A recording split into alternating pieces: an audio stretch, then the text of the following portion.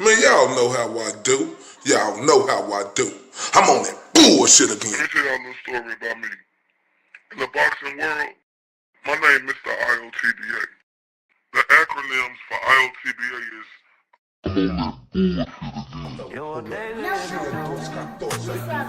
Mr. Undeniable, hold up. Mr. These boys can't touch me. If you do, but I ain't got shit to prove. Boo dust, gold tooth, Lil Bruce, smile sharp enough to choose. Bang, bang, right through your cool. Walking like a rumor with a pulse. Lip curl sweeter than your cold. My eyes say try me and you freeze like salt. Got your huggle, got your huggle. You wanted that smoke, I'm the whole damn stack. Got your huggle, got your huggle. Step up, I'll clear the room. You're a daisy if you do, you're a daisy if you do. R-U-L. All laces in my hand, better back. Tongue sharp like a tag, hit a click, clack. You wanted that heat, now it's time to meet the sun. No shade, just black. Walk slow, silver in my lap. Halo, crooked, heart attack. Say a piece, talk that trash. I turn every word to glass. Cut deep. Got your Oh shit, it should go down to that. I'm touching down from that 2, 1, 4, and I'm on that bullshit again. I'm on that bullshit today, right? Y'all know how I do. Y'all know how I do.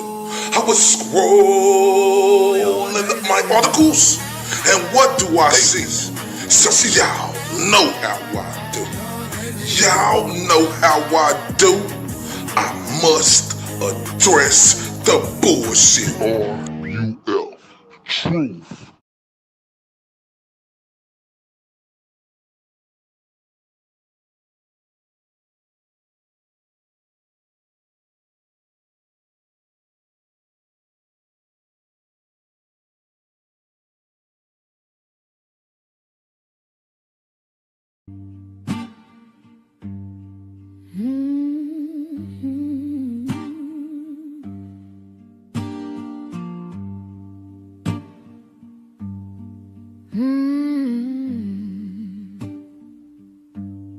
The wind hums low,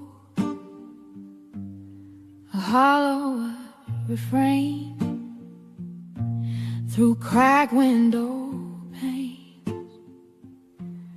It calls my name. The clock ticks slow. Its echo stays. Each moment drags, then slips away. Blue curtains are hiding all my pain. Blue curtains are dancing in the rain. Blue curtains keep the shine far away. Blue curtains won't let me escape. The walls close in, shadows stretch along. Night wears a mask where dreams don't belong. A bird once sang, now silent it lies.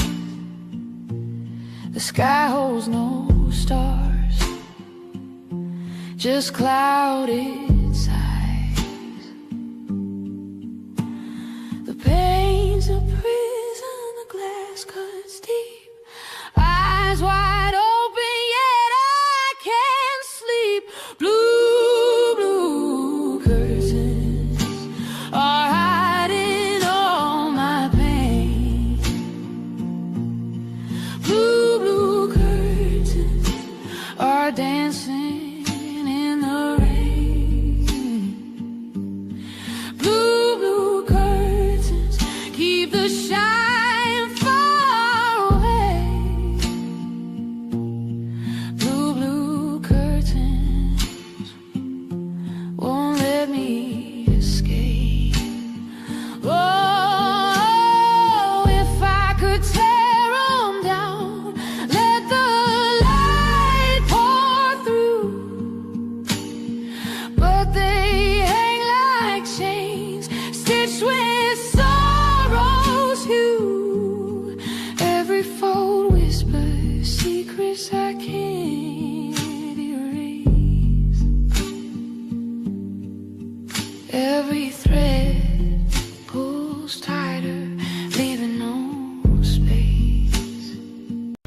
the champion. Feel the rush, the crowd goes wild. Obviously, obviously, yeah, obviously.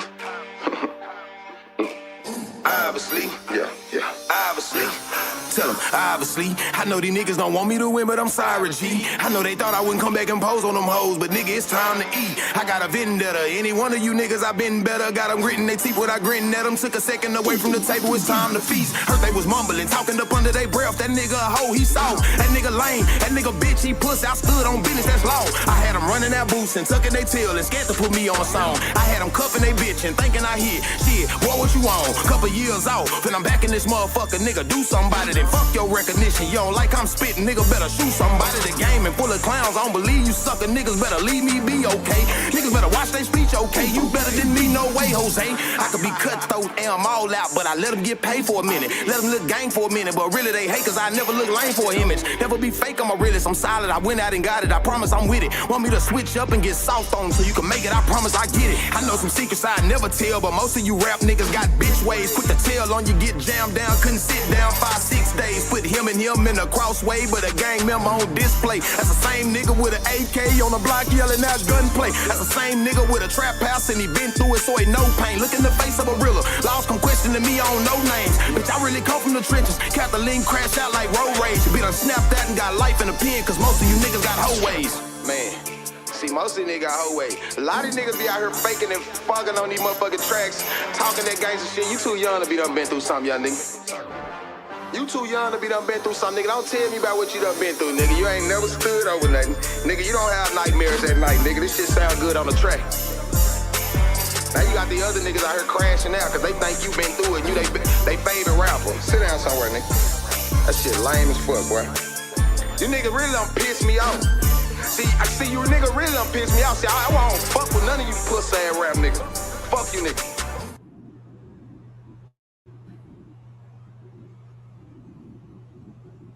Shout out to everybody on here from that 214 to across the states, to across the pond. Salute. Right, you're not rocking with your guy, RFD, aka Ray from Dallas, and I appreciate everybody being here with me. If you're on the East Coast, West Coast, up north, down south, turn up with me, right? Because it's my birthday, almost, right? Because we still lit on 420, my birthday 421. Trying to know how I'm coming, right? Let's take this walk. But before we take this walk and y'all turn up with me, let me turn up for y'all who always turning up with me. And before I do that, let me say shout out to the beautiful, pretty, Kookie, Catherine, Brenda, Grove, Erica, Charlie, Me V, Emma from Hawaii, Brenda, Karen. And I want to thank y'all for the shouts out, right? On the East Coast, it's past 12 o'clock right now. So, yeah, technically it's my birthday on the East Coast, but me here being in Dallas, Texas, it won't be that until another 57 minutes, right? So I want y'all to turn up with me since it's my birthday, right? Turn up with me since it's my birthday. But we just because it's my birthday don't still mean we ain't gonna cover stuff, right? But remember, it's my birthday, so y'all gotta turn up with me, right? Because this story, right, we've been talking about tonight. Oh, shout out to Karen Gray. She said her birthday April 22nd. And I love all you beautiful people, right? This story, right, it's crazy. Ironic. Right? But this story I'm going to talk about tonight, it's in New England. It's in Massachusetts, right? It's in Massachusetts. It's in Massachusetts, all right? It's in Massachusetts, all right? Call again. Hey, love you people from Massachusetts to death, right? Love y'all to death. I do. But the truth, come to the power. Thank you very much, bro. And the power, love you to death. But the power comes to the truth. They call again. Oh, my. They called again. right? We know about the scandal of, the tuck rule and everything else that happened.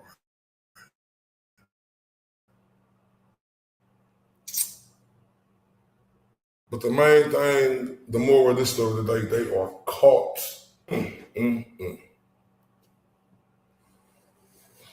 Mind-boggling. Mind-boggling.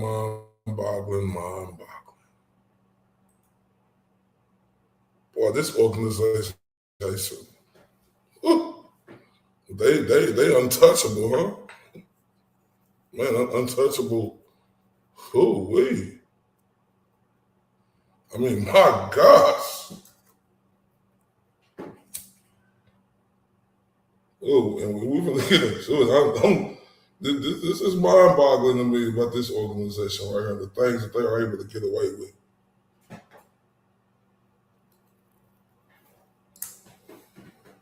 The things that they are able to get away with, and if y'all don't know, now you know.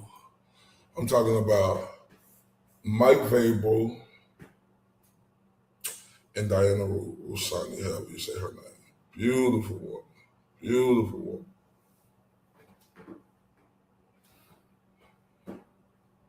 Handsome gentleman, right? But these two, if you don't know, if you remember the Jada Pinkett and the August Alsina, they have been caught up in an entanglement.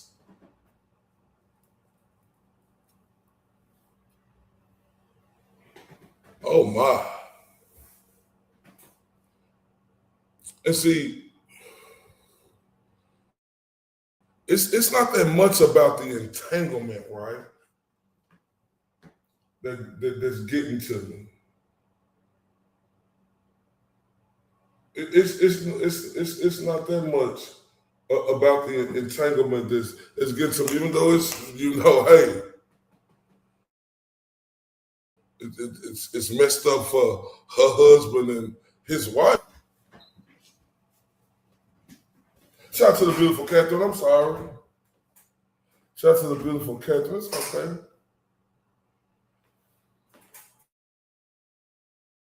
It's messed up for, her husband and his wife of this situation. The lies of this situation. Right? By both parties. And not only that, right? I don't like how. I tell you, I'm for all people, right? And for my women, I have to stand up for y'all right now, right? Because it's messed up.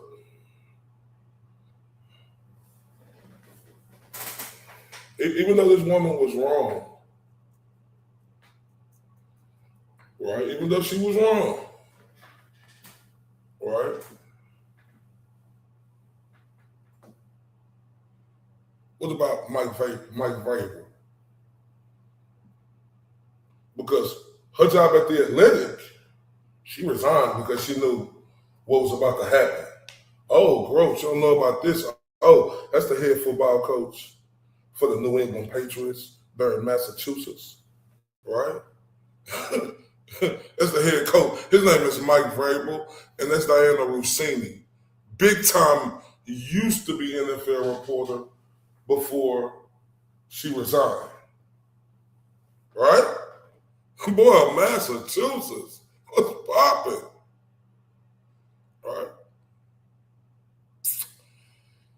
And I want to get y'all caught up on it, but I'm upset, and we're going to get into it why I'm upset for the women, because why does this guy right here, Mike Vrabel, still have his job? I don't give a damn how good of a football coach he is. Why does he still have his job and this lady was forced to resign?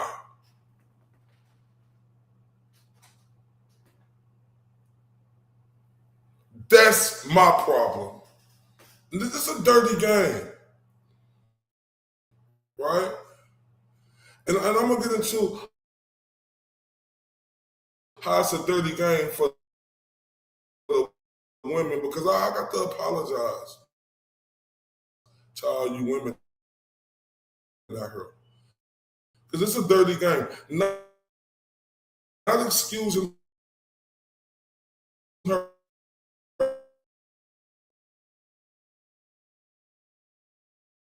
actions.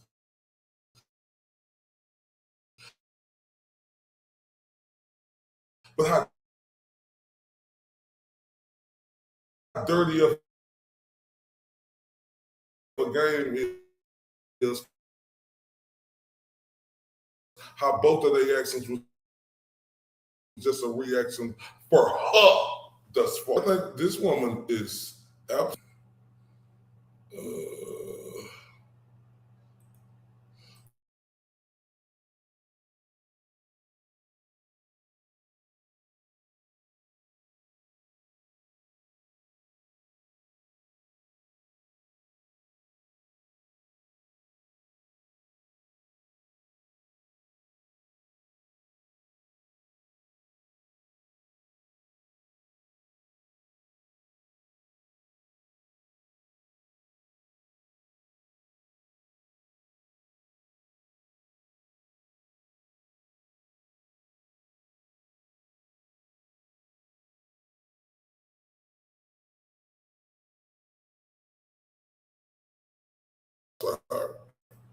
I apologize. That was a quick Google. I mean, if y'all don't think I'm lying, to look. Like I said, I'm mad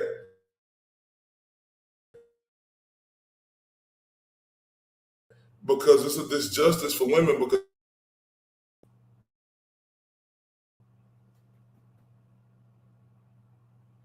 under public pressure, this woman was forced to resign. And I want to show y'all this. Look, this is a gorgeous woman. Look at her.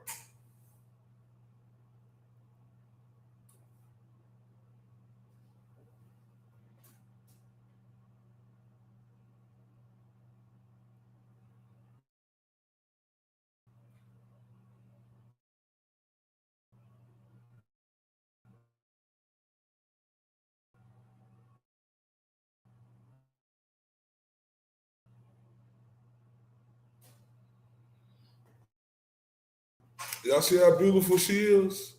All right? He's the multiple Super Bowl winning MVP of the New England Patriots, right?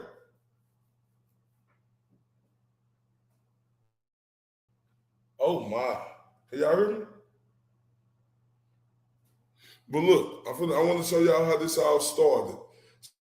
Shout out to my guy, Microphone Mike. He broke it down. I am so sorry. I need to really stop telling my husband on television I'm going to be divorced by Christmas. You know who lets me know my marriage is falling apart? My mom. We've signed up for this, and we're getting divorced at the end of the year. Stop. Breaking news. Don't say that. It's hard. It seems like every single time I tell you guys that I'm not going to make a video about a particular topic for a very long period of time, I make a follow-up video on that topic like 5 days later. The reason for this video is because a lot of you guys have been blowing up my DMs asking me to make a follow-up on this situation because so much has dropped since our part 3 on this. So if you guys didn't know, 10 days ago, Page 6 dropped photos. We made a video. 5 days ago, Diana Russini resigned from The Athletic, and we made another video. And in the last 3 videos, I've been telling you that the story we could see on the surface, the photos, the statements, the investigation, the resignation, that wasn't even the full story. There was something underneath all of this that hadn't come out yet, and I had my own theories about what was going down, and, well, we just got a bunch of new facts. ESPN just published a full investigative piece by a reporter named Ben Strauss. This was sourced from a dozen people with direct knowledge of how the last 10 days played out behind the scenes, and what the piece reveals is that Diana Russini and Mike Vrabel coordinated their statements before even talking to Page 6. Diana Russini hired a crisis communications expert before the photos were even published. Not only that, but she went over The Athletic's head and appealed directly to the CEO of the entire New York Times company. The Athletic asked her for basic evidence that her group of 6 friends story was true. And honestly, anything would have worked here. Text messages, trip planning screenshots, photos from a hike that she claims that she was on, and Diana was never able to provide any of this. That's what led to her resignation. This is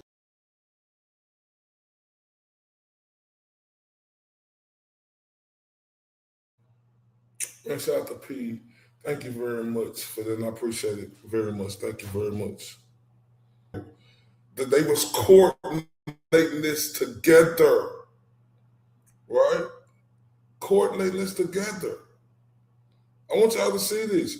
But you know, we're not done. Let's continue. Content, but I'll give you the speed summary for anyone that's new to this story. 10 days ago, Page Six published photos of Mike Vrabel, who is the New England Patriots head coach, and the Athletic's senior NFL insider, Diana Russini, at a luxury resort in Sedona on March 28th. Now, this isn't any luxury resort. This is the Ambiente Resort. It's kind of marketed as a more romantic getaway type of spot. And they were in a hot tub, they were holding hands, they were hugging, they were dancing. Both of these individuals are married. Their defense was that they were part of a group of 6 friends. 3 witnesses contradicted that. This became even more interesting because Russini was the primary source on the A.J. Brown to Patriots trade story all off season. So the Athletic investigated, the New York Times sidelined her, and then Russini resigned. That's parts 1 through 3. If you haven't... She was the primary source on the A.J. Brown, right, to New England trade talk. Once again, I say, caught again. This is mind-boggling to me, right? Mind-boggling, right? But hey, the woman, she gets treated like the dirt under the stick. Hey, Mike Vrabel, hey, y'all gonna see how Mike Vrabel coming. All right, so here's the single most important new fact in this entire story, and it completely rewrites everything we thought of 10 days ago. Per ESPN's Ben Strauss, sourcing from a person with direct knowledge of the communication, Diana Russini coordinated with Mike Vrabel about how to respond to the Page Six story before either of them gave their statements to the Post. Let me tell you what that means, because the full weight of it didn't really hit me until I read it for a second time. When Mike Vrabel told Page Six that the photos showed a completely innocent interaction and that any suggestion otherwise was laughable, that wasn't Mike Vrabel just giving a spontaneous response. That was a coordinated statement. When Diana Russini told Page Six that the photos didn't represent the group of 6 people who were hanging out during the day, that wasn't a reporter defending herself off of a cliff. That was also a coordinated statement. Diana Russini and Mike Vrabel got on the phone and talked about what to say, and then they both said their version of the same thing to the same outlet. Now, I want you to think about why that matters beyond just looking bad. Diana Russini was, at the time of those statements, a senior NFL insider at The Athletic, which is owned by the New York Times. The New York Times has an ethics policy. That ethics policy says, and I'm reading this directly, relationships with source require sound judgment to prevent the fact or appearance of partiality. It is essential we preserve a detachment free of any whiff of bias. And we all know how the New York Times is notorious for not being biased. But that aside, a whiff of bias is the standard, at least that's what they claim. And what did Diana Russini do? She called the head coach she was actively covering, the same head coach whose team's trade negotiations she had been publicly reporting on for the last month. And then she coordinated with him on how to manage a crisis that involved both of them. That is not a whiff of bias. That's a full-blown entanglement between a reporter and their source, playing out in real time. Playing out in real time, right? In real time. Let's not run away from this. Let's look at this for what it is. She was a senior writer on The Athletic. She had the highest of highest, right? They court. We're not done yet. Let's continue. In the middle of a story that was about to go public. And remember, when we covered this in part 1, I pointed the fact that Diana Russini accidentally revealed that Mike Vrabel was a point of contact for her. And she used the word sources in her defense. She said reporters interact with sources away from stadiums. I told you at the time that the word source was doing all the heavy lifting in that sentence. Now we know she wasn't just interacting with a source, she was coordinating a PR strategy with the source. Mike Florio made the point as soon as the Strauss piece dropped. Working with Vrabel to coordinate their stories creates a whiff of bias at minimum. And honestly, I think Mike Florio is being generous here. I think it does a lot more than create a whiff. I think it confirms exactly what this channel has been asking about since part 1, which is how close was this relationship? And how much of the reporting that came out of it was journalism versus narrative management? Thank you, Laura Marie, and thank you very much for the birthday wishes. I appreciate you for that. Call again. Oh, Mike Vrabel with the senior, NFL, writer for The Athletic, a big time, company. Boy, he get the insights. New England does it again. The Patriots strike again. Oh, it gets better. Watch this.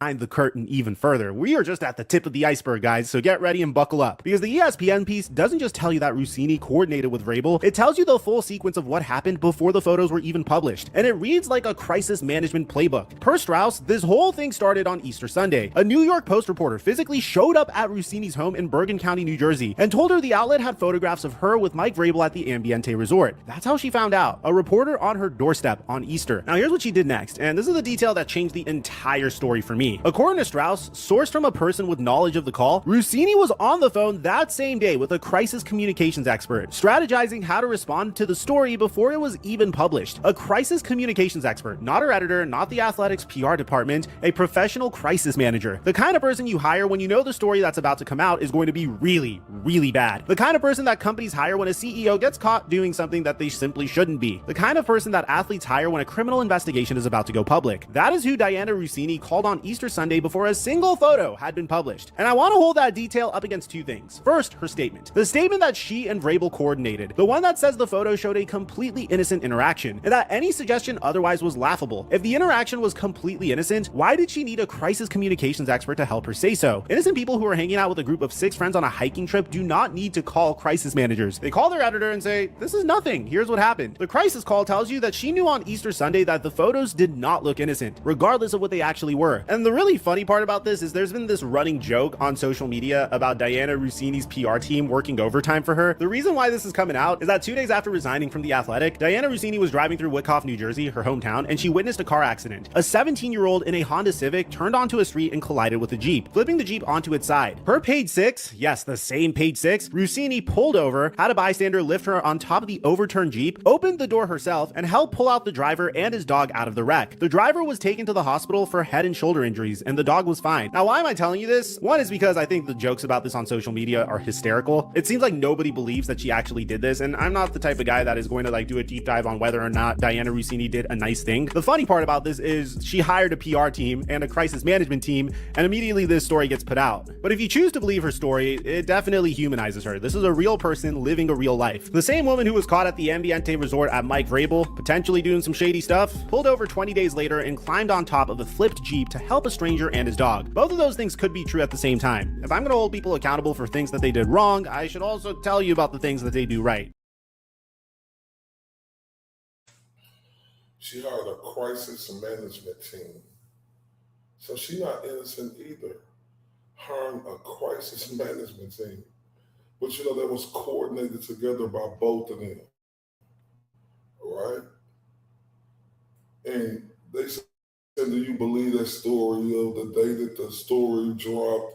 She had somebody lift her up and she pulled the civilian and the dog out. Hey, until I see records. No, I don't believe it. Right?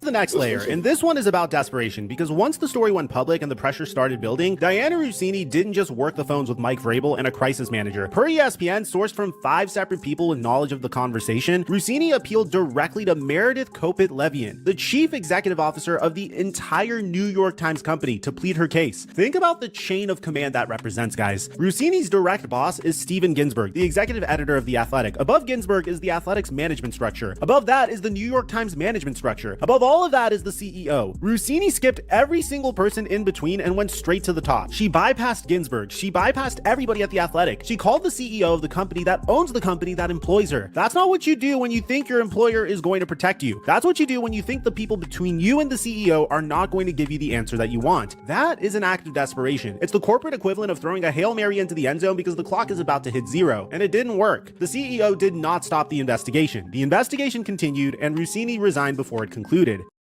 All right, so this is the section that I believe is the most devastating of the entire ESPN piece, and it's honestly the reason I made this video because it closes the book on Dianna Russini's defense forever. Per Strauss, sourced from 3 people with knowledge of the conversations, after The Athletic initially defended Russini publicly and then reversed course under internal pressure, their executive sat down and asked her for basic evidence to support her version of events. And the kinds of evidence that they asked for were not that complicated. I mean, it was very basic stuff. They asked for text messages about an airport pickup. They asked for screenshots of trip planning. They asked for photos photos from the hike she said she was on with 2 female friends. And guys, this is entry-level stuff. I know you guys roasted me for this on Instagram last year when I took my Euro trip, and I guess rightfully so, but when you're on vacation with your friends, you're taking a lot of photos. I'm taking a decent amount of photos, and I'm a dude. And we all know the ladies love to take photos when they're on vacation. So you mean to tell me that you went on a vacation with your female friends and you didn't take any photos of the hike that you were on? I mean, it's very simple to prove this stuff. You could pull out the trip group chat. I know every time my buddies and I are planning a trip, there's a group chat that's automatically made. You could show them the Uber receipt from the airport. You can show them photos from the hike. This takes 30 seconds, guys. And Russini never provided sufficient evidence. That's not me saying it. That's ESPN citing 3 people with knowledge of the conversations, reporting that the Athletics executives asked for proof of the group of 6 story and Russini did not deliver it. She either could not prove it or she chose not to. Either way, the central defense she built her entire public response around, the claim that these photos didn't represent the group of 6 people who were hanging out during the day, was never substantiated by even the most basic documentary evidence when her own employer asked for it. And here Oh my. So look, as y'all see, she skipped past going to the people you're supposed to go to. She went straight to the top because she could feel that fire on the back of her neck burning, all right? Then they asked her, produce text messages, trip planning, simple thing, pictures of you and your 2 girlfriends, so you knew she was guilty. So she resigned. Ask for it. And here's what happened next. Per Strauss, Russini argued to her employers that the photos amounted to a sexist attack on a female reporter in a male-dominated field. Bro, come on, Diana. That's like the last card that you're gonna pull when you're very, very desperate. It's like, yeah, you caught me in what allegedly looks like an affair with the defending AFC champions head coach at a romantic resort in Sedona, and I can't prove that I was with anyone else other than Mike Vrabel. I resign as a result of this, and This is all because I'm a woman! Really? That's what we're doing here? I wanted to say before this, like, if you go back to my first video, the way I was hyping up Diana Russini and my respect for her reporting, this isn't just some Joe Schmo with a Twitter account. This is Diana freaking Russini. This isn't some beat reporter. Diana Russini is not a blogger. She's not someone who just covers one team. When Russini reports something about an NFL team, it moves the market. Her tweets get aggregated by every other outlet within minutes. You turn on your post notifications on X for this woman. She also offered to let the Athletics speak directly to Mike Vrabel, essentially saying, call him and he'll vouch for me, and the company declined. Because obviously Mike Vrabel would vouch for you. He has an ulterior motive here. Well, you think Mike Vrabel is having comfortable conversations with his wife right now? Allegations or not, it's a bad look and it puts him in a bad situation. It's to his benefit for Diana Russini to look innocent here. I want to be fair about the gender piece about all this, because I said in part 2 that Jeff Pearlman's argument about a double standard has some truth to it, and I still think that's the case. There are absolutely people on the internet who are treating Diana Russini worse than they would treat a male reporter in the same situation. That's real, it's ugly, and it shouldn't be happening. But there's a difference between an outside commentator pointing out a gender double standard, which is a fair observation, and a reporter who is being asked for evidence by her own employer deploying the gender argument as a defense strategy instead of just producing the evidence. Those are not the same thing. And the timeline here is important, guys. She was asked for proof. She couldn't provide proof. So the Athletic investigated. She said that was sexist. So the Athletic investigated anyway. And then she resigned because she didn't want the truth to come out. Now, she is totally wrong for that, and she deserves all the smoke. That's why, truly, honestly, she deserved to be fired, right? Because she tried to bring it up because I'm a woman, right? She should have never said that. But in my arguments, in some sense, you know, it's some validity to it, it's some truth to it, not in the way she presented it, right? But I'll tell you in a minute. Let's get to the next clip. The ESPN piece that explains why the Athletic flipped from defending Russini on Tuesday to investigating her by Friday. And it's a layer that's about the reporters inside the building, not the executives. According to Strauss, the Athletic initially defended Russini publicly, but subsequently faced internal outrage from employees. Several times, and Athletic staffers told ESPN about the backlash. The reporters inside the newsroom, the people who work alongside Russini every day, pushed back on Ginsburg's public defense. Ginsburg himself acknowledged this after the resignation. In a note to staff, he said, when this situation was brought to our attention last week, there were clear concerns, but we received a detailed explanation, and it was our instinct to support and defend a colleague while we continue to review the matter. As additional information emerged, new questions were raised that became part of our investigation. There are two things to take away from that. One, Ginsburg is publicly acknowledging that his initial statement defending Russini, the one where he called her a premier journalist and said the photos were misleading and lacking essential context, was made before he had all the information. He's telling his own staff that the explanation he received from Russini initially was convincing enough to issue a public defense, but that new information changed everything. Two, the review of Russini's work will continue even though she's already resigned. They are going to look at her coverage, they're going to look at her relationship with Vrabel, and they're going to do it without her participation because she left before it concluded. And one more thing worth mentioning about the media fallout, Scott Zolak, the Patriots broadcast analyst, became one of the only people inside the Patriots organization to address it publicly, but he barely said anything. His key line was, "I know Mike, I know Mike's wife," and then he said he likes his job too much to say anymore. Meanwhile, USA Today Sports fired NFL freelancer Chrissy Ford for her reaction to Russini's departure. So we're now at a point where people are losing their jobs just for talking about the story the wrong way. That's the chill effect, and it's exactly why the mainstream media outlets that Russini accused of self-feeding speculation have been so careful about covering this, because the consequences are real, not just for Russini and Vrabel.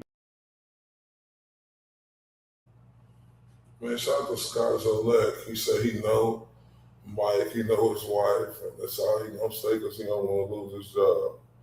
Boy, he told you the whole truth right there. Right.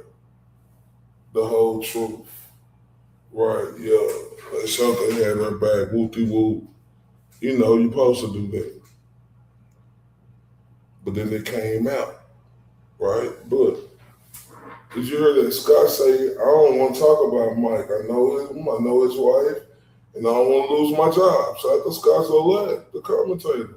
Let's get to this. ESPN filled in the gaps for us because I find it fascinating. So in order, here's what we now know happened. Diana Russini and Mike Vrabel spent a Saturday at an adults-only luxury resort in Sedona, Arizona. 3 witnesses say that they were alone. Their own friends who were sent to vouch for them could not be seen by anybody at the hotel. The rooftop where they were photographed dancing is accessible only from the bungalow itself. The next day, they both showed up at the NFL League meetings in Phoenix and worked the same building for 4 straight days, and Russini filed copy about Vrabel within 24 hours of the meetings ending. When a Post reporter showed up at her door on Easter Sunday, she did not call her editor. She called a crisis communications expert. She then coordinated her public response with Vrabel, the man she was photographed with, and the head coach she was actively covering. When The Athletic initially defended her, their own staff revolted. When The Athletic asked for evidence, text messages, trip screenshots, hike photos, Diana was not able to provide it. She argued the story was a sexist attack, and she offered to let her employer call Vrabel to verify her story, but the company declined. She bypassed everyone in her chain of command and called the CEO of the entire New York Times company directly to plead her case. That didn't work either. The investigation launched, and she resigned before it concluded, 10 weeks before her contract was set to expire anyway. And the craziest part is through all of this, the crisis communicator, the coordinated statements, going straight to the head of the New York Times, and the resignation, Mike Vrabel has not spoken publicly about any of this. Not once. The Patriots have confirmed he is not under investigation. He skipped the pre-draft press conference. He's expected to speak publicly for the first time at the draft later on this week. One of these people lost their career over this, and the other one is going to be standing on a podium in Nashville in 2 weeks picking first-round talent. That's the story. All 4 parts of it, from the Page 6 photos to April 7th to the ESPN investigation on April 18th, 11 days, 1 career ended, 1 career untouched, and a trail of coordinated statements, crisis managers, unanswered evidence requests, and institutional failures that started with a completely innocent interaction and ended with a resignation letter.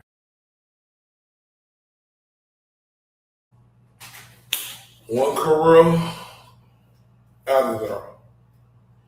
One career untouched in Mike Vrabel.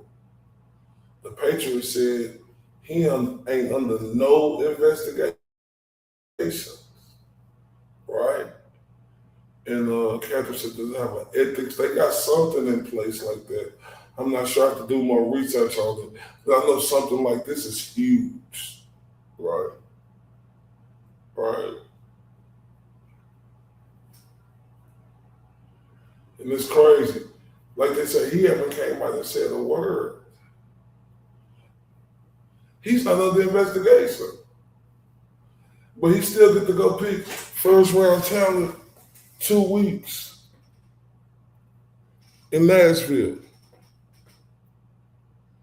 Moral of this story, both of these individuals, Mike and Diana, were wrong.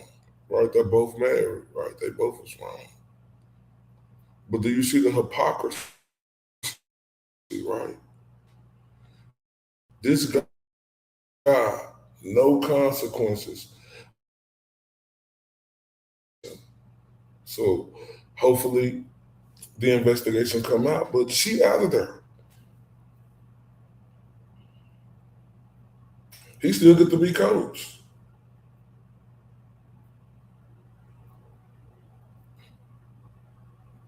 The hypocrisy of that, right? No statement, no word, organization backing it, right? When you knowing that this guy been a head coach of the New England Patriots, right? The jock, right? Man, just think about it. The power he got. It's Mike Vrabel. He a legend in New England.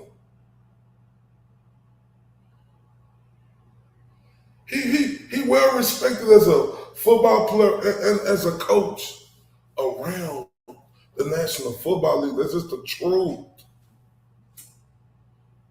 But what is this?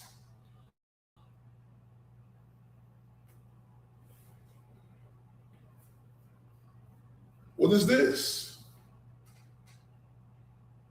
This is another case. You know why I have a problem with where this guy, right?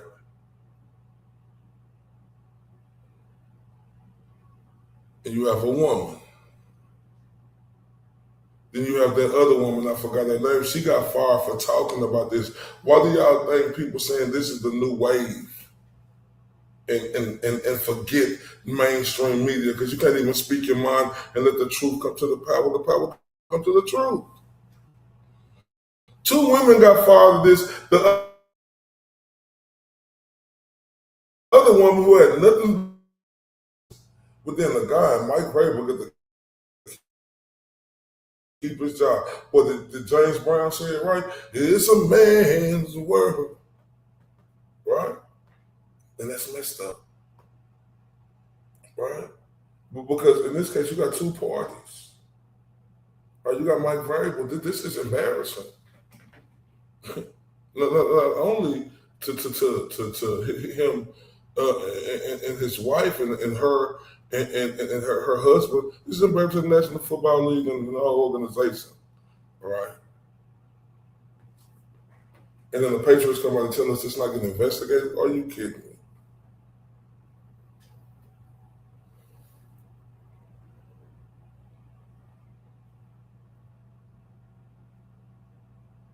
Then once again, you probably got other reporters around her building hating on her because she getting the exclusives, even though we know how she did to get the exclusives. Thank you, Dr. Wolf Dimples. Thank you very much. Yeah, she said, well, do you think it also speaks to much athletes in professional sports are revered in this country? Yeah, it do. And this is, it do. They're the jocks. They're the high power. Look at me now. Oh, I'm Mike Vrabel. This is just a reporter, a lady reporter. We could replace her.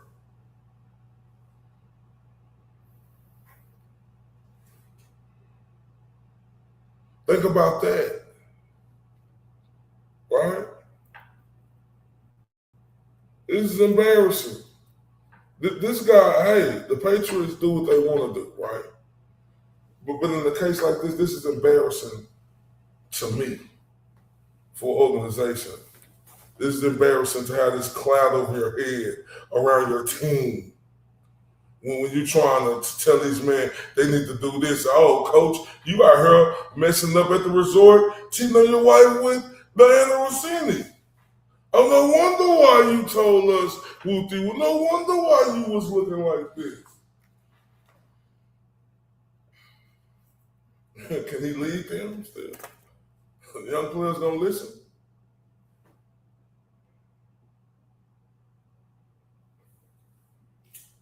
Is them young players gonna listen?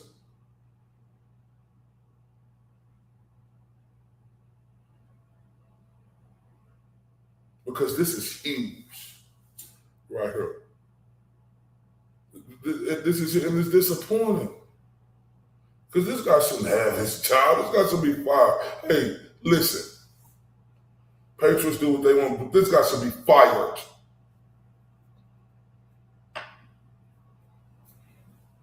This is a huge scandal.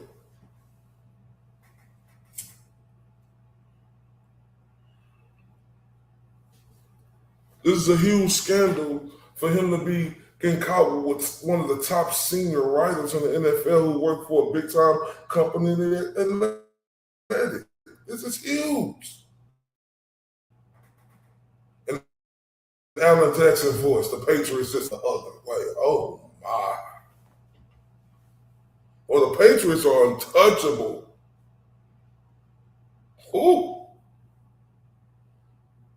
But hey, like I say, I wouldn't be surprised if the Patriots ain't that good next year. Like, say me hating, right? This is me seeing right here that, you know, the young players gonna look at this, and when this guy comes in trying to scream at them and tell them this is for your family, you're gonna work hard, you gotta get this contract. What you thinking about your? If I'm playing with that, what you think about your wife? When you got caught with Diana Rossani in that high luxury hotel, you gonna be able to tell me anything?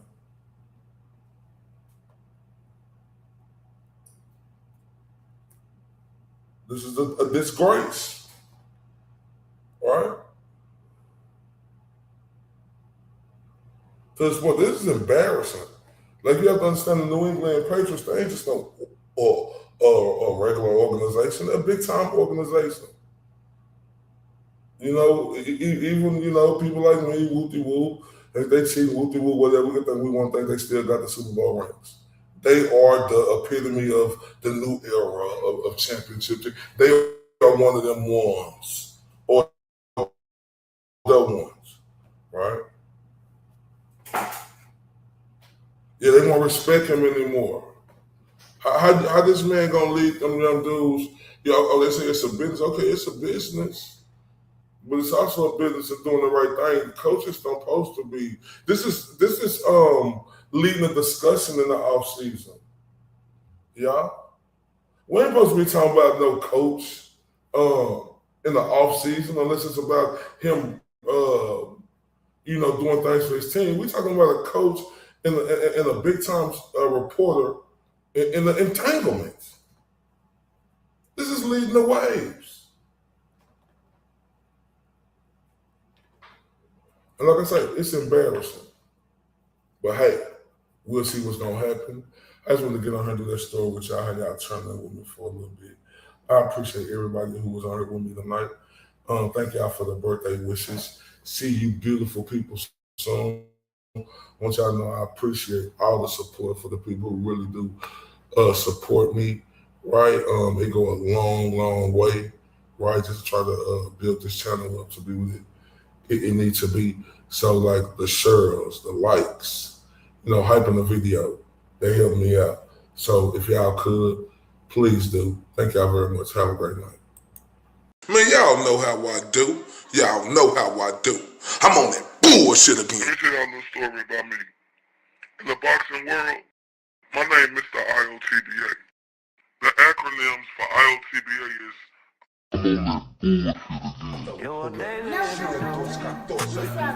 Mr. Undeniable, hold up. Mr. These boys can't touch me. If you do, bet I ain't got shit to prove. Boo does go to Lil Bruce, smile sharp enough to choose. Bang, bang, right through your cool. Walking like a rumor with a pulse.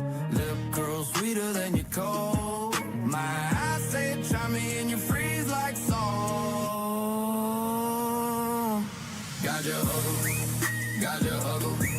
You wanted that smoke, I'm the whole damn stack. Got your huggle. Step up, I'll clear the room. You're a daisy if you do. You're a daisy if you do. R-U-L. All laces in my hand, better back. Tongue sharp like a tag, hit a click, clack. You wanted that heat, now it's time to meet the sun. No shade, just black. Walk slow, silver in my lap. Halo, crooked heart attack. Say a piece, talk that trash. I turn every word to glass. Cut deep. Oh shit, it's your boy Mr. I'm touching down from that 2, 1, 4, and I'm on that bullshit again. I'm on that bullshit today, right? Y'all know how I do. Y'all know how I do. I was scrolling up my articles, and what do I see? So see, y'all know how I do. Y'all know how I do. I must address the bullshit. RUF, truth.